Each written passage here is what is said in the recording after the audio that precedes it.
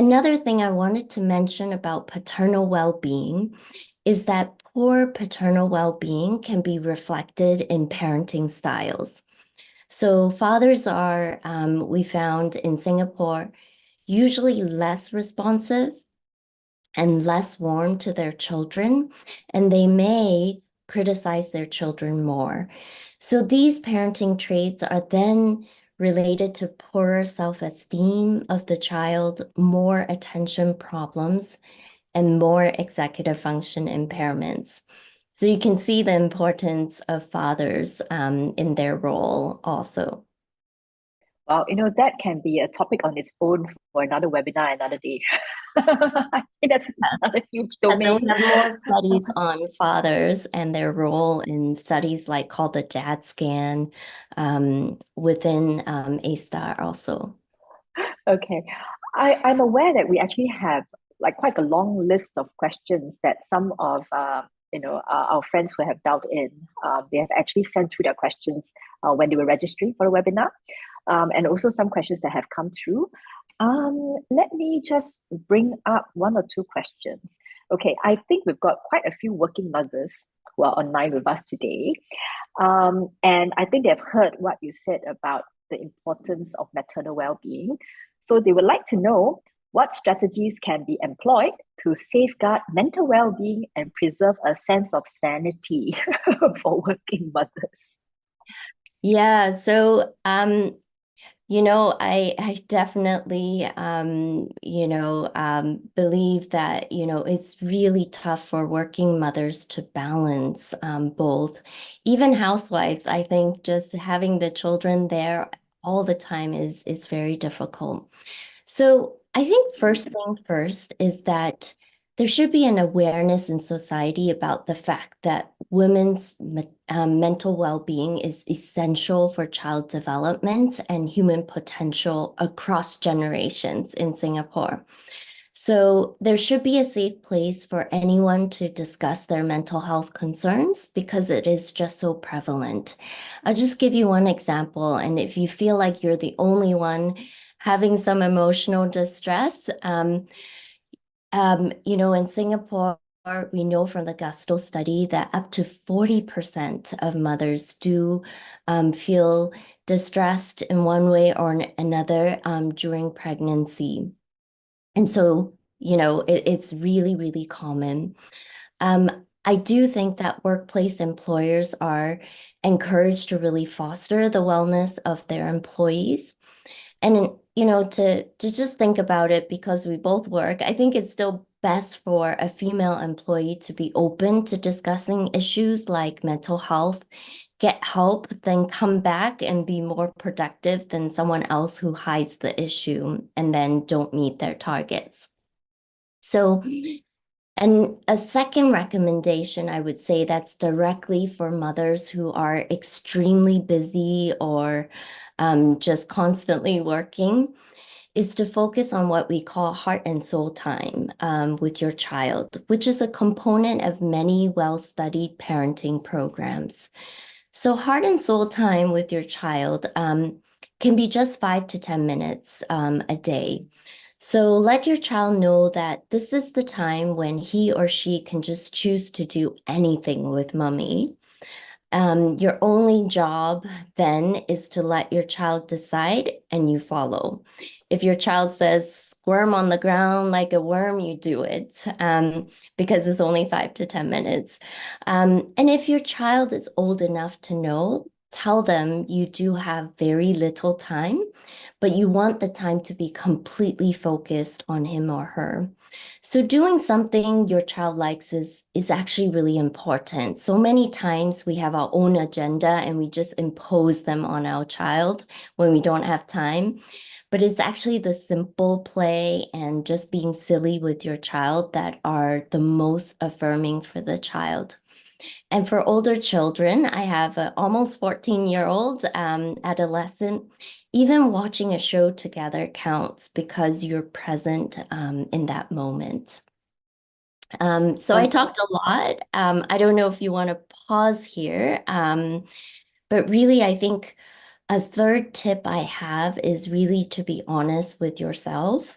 If you need social or financial support, just reach out to community agencies about your need. Maybe it's time to seek help, maybe even from Family Service Center for family coach or befriender, and just let others help you. There are also community programs and parent support groups in your neighborhood. For example, if you're in Pongo, you're lucky because Sun Care provides gatherings for parents as well as positive parenting programs. So I'll just pause here and see if you have additional questions. Thanks, Dr. Evelyn. You had talked about, that mummies, parents should not be afraid to reach out for help if they feel that they need to talk to someone. Okay, I actually have a question here from someone who has dialed in about what are the warning signs that they should be looking out for themselves. Um, because people can have different thresholds, right? Like for instance, I may feel stressed, but actually, is this just normal? Everyone can say they feel stressed, right? Or is this chronic? Or is this like a stress that I should really be very concerned about? And there's another interesting question, which is about cravings, not directly related to stress, but I think a mom is asking, oh, I have food cravings during pregnancy. Is this a sign of something? Should I be concerned about something? So I guess in summary, the question is, what are the warning signs that a mommy should be looking out for? Sure. Yes. So this is actually a very important question because a lot of people may have warning signs and don't actually recognize it. So I think the biggest thing is to ask yourself if you feel like you're having trouble going about your usual routine or wondering why you can't do all the typical everything, everyday things. You look around and you may say, wow, it's so easy for others, but hey, how come I'm having so much trouble? I think then it's time to ask yourself a few questions about your daily functions. Granted, I know that there are families with children with developmental issues and, really a lot of additional stress, like a parent who's ill. So, given all that in context, these are the questions you can ask yourself. Do you still enjoy things that you used to? Are you especially irritable and do you cry almost every day or just very easily? Are you able to fall asleep or do you wake up too early in the morning or you just need extra naps that you didn't? And that's, of course, in the context of if you haven't slept at all, taking care of your babies, that's okay to nap. Or, questions like you just feel lack of energy. And then with the appetite question, it is sometimes that if you have sudden changes in your appetite, like not wanting to eat or eating a lot. But in the question about pregnancy, is that many women have cravings. So it's a myth that craving means, a girl or a boy, or that, the child will have more issues, or that your pregnancy is going well. I think those type of cravings are actually absolutely typical. Um, but what I'm talking about is really sudden changes in your appetite. Um, and also things like, do you just want to be alone and not want to be social? Or if you're feeling anxious and just can't concentrate at all, especially if more than 2 weeks of constant worrying, it is probably best to seek medical help at that point. And we know the earlier you seek treatment, the better the outcome. And one thing for those who are pregnant, most clinics will actually screen for mood issues. And I know women try to avoid it, but it is a really good opportunity to speak up because, as you know, 40% of women, really have voiced out distress. So if you're not sure, just talk to your doctor and say, hey, I'm not sure. There's nothing to be ashamed of in this case. So do make use of that time in your obstetric clinic to talk about that. Thank you, Dr. Evelyn. As you were speaking, because I'm a mother of two as well, right? And to be honest, when I think back about the time when I was pregnant, it was not a comfortable time. Everything that you said, Yeah. right? Whether or not it was swings in appetite, or some of us suffer from terrible bouts of nausea, to just not sleeping well. I mean, it's sometimes hard to sleep well because the baby might be kicking you, you're heavy, you find it hard to turn your body around. So I think, we might have pregnant mummies who are here with us tonight. We probably also have mummies who already have, had their children before and have delivered healthy children. And we all remember those episodes, right? I guess the question for us is, I think many of us are kind of have it in our consciousness that actually this is all part and parcel of being pregnant. Nobody ever said being pregnant was going to be an easy job. I guess I guess the differential that we're talking about here right now is that we should not be afraid to speak to someone about it, to clarify any questions or doubts that we have, and also to know, very importantly, I think through the research that Child has done through the Gusto study, that actually what happens to you, the mom, that your maternal well-being actually does impact the development of the child.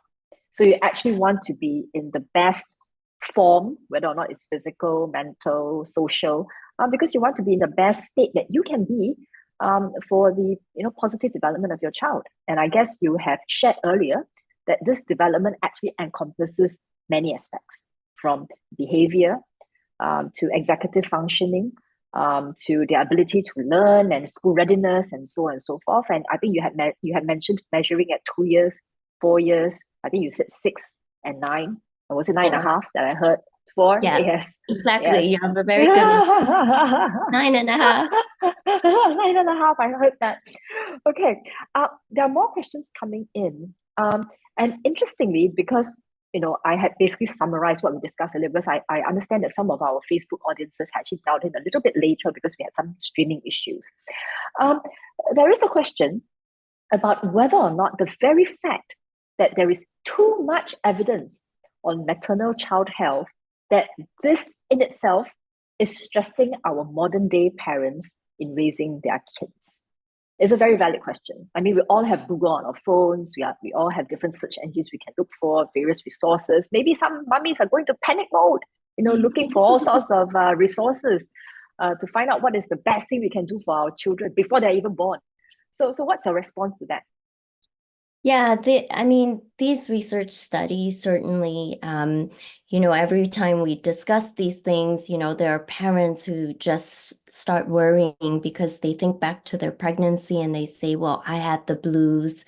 I have all sorts of, distress and, even difficult circumstances, like, change in partner. There are many things that could happen. And, I think we have to keep in mind that if you're even thinking about all these things, you are probably doing many things that are already appropriate for your child. Mental health, or during pregnancy is one exposure that we study. Many of these parents mean well and they provide really excellent environment for children later on. For example, even being sensitive to the child after they're born, um, being warm, taking time for them, doing a lot of that, cognitive stimulation. I think everything really counts. And one thing I want to say is to parents is many times we evaluate ourselves at the end of every single day and compare ourselves with the ideal mother in our minds.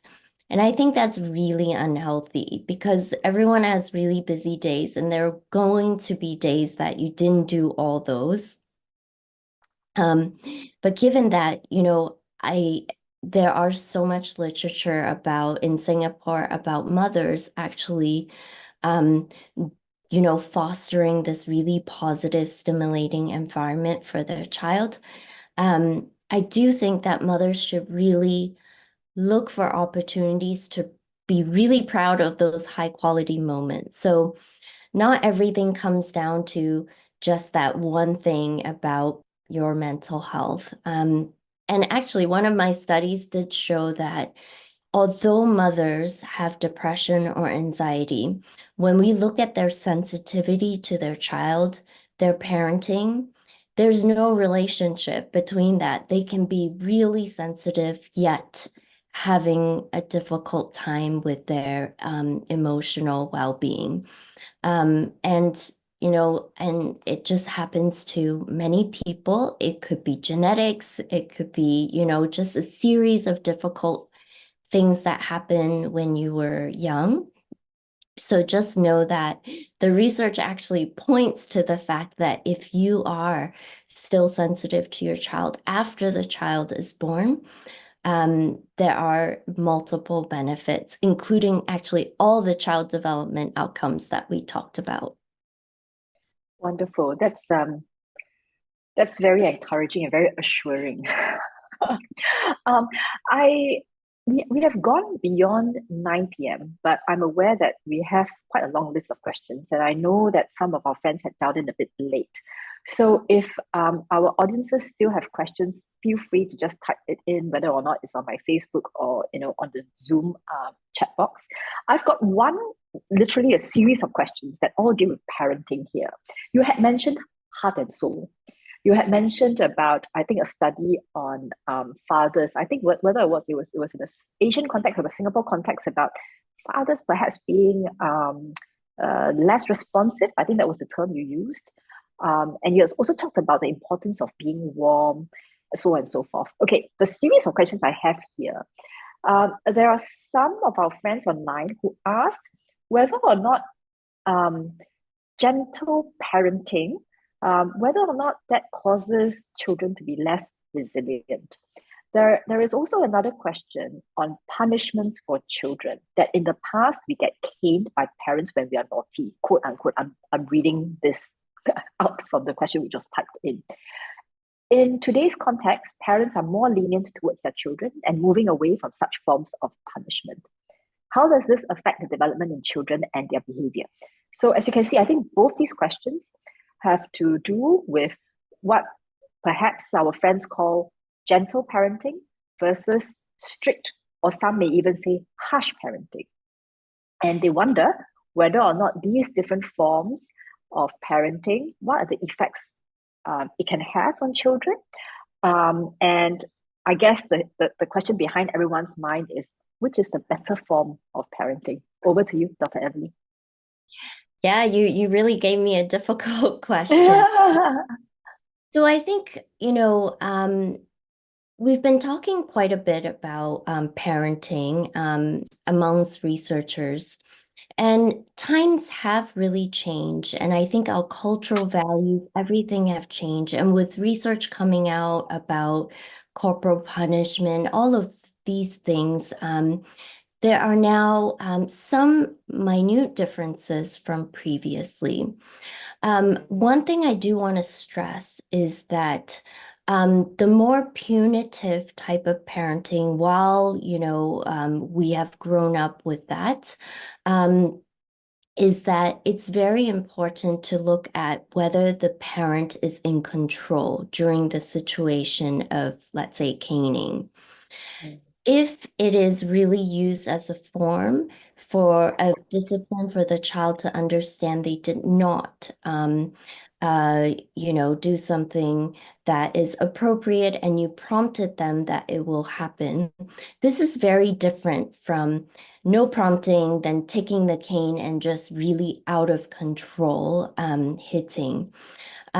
So one fact to know, and this is from research by Associate Professor Pepe Sito, is that there are 88% of parents in Singapore still cane. So there's a lot of our own culture, our own growing up that extends to currently. But the most important thing about harsh parenting is parents being in control during those situations and really using it as a form of discipline. Um, And therefore, children remember them differently than an out of control parent. So that's one point I wanted to make. And in terms of gentle parenting, what we call permissive parenting, I think at the end of the day, it really also depends on many things. The temperament of the child, right? We all know children are all very different. Some children could take permissive parenting and really just be obedient all the time. So I don't think there is like a right way of doing things. What our research have really shown is that um, the part that is most harmful to children is when the parent is very out of sync with the child. What do I mean? For example, if the child is doing certain thing, the parent maybe micromanages everything, being too invasive, or if the child would like the parent to get involved more, and then the parent is, very distant.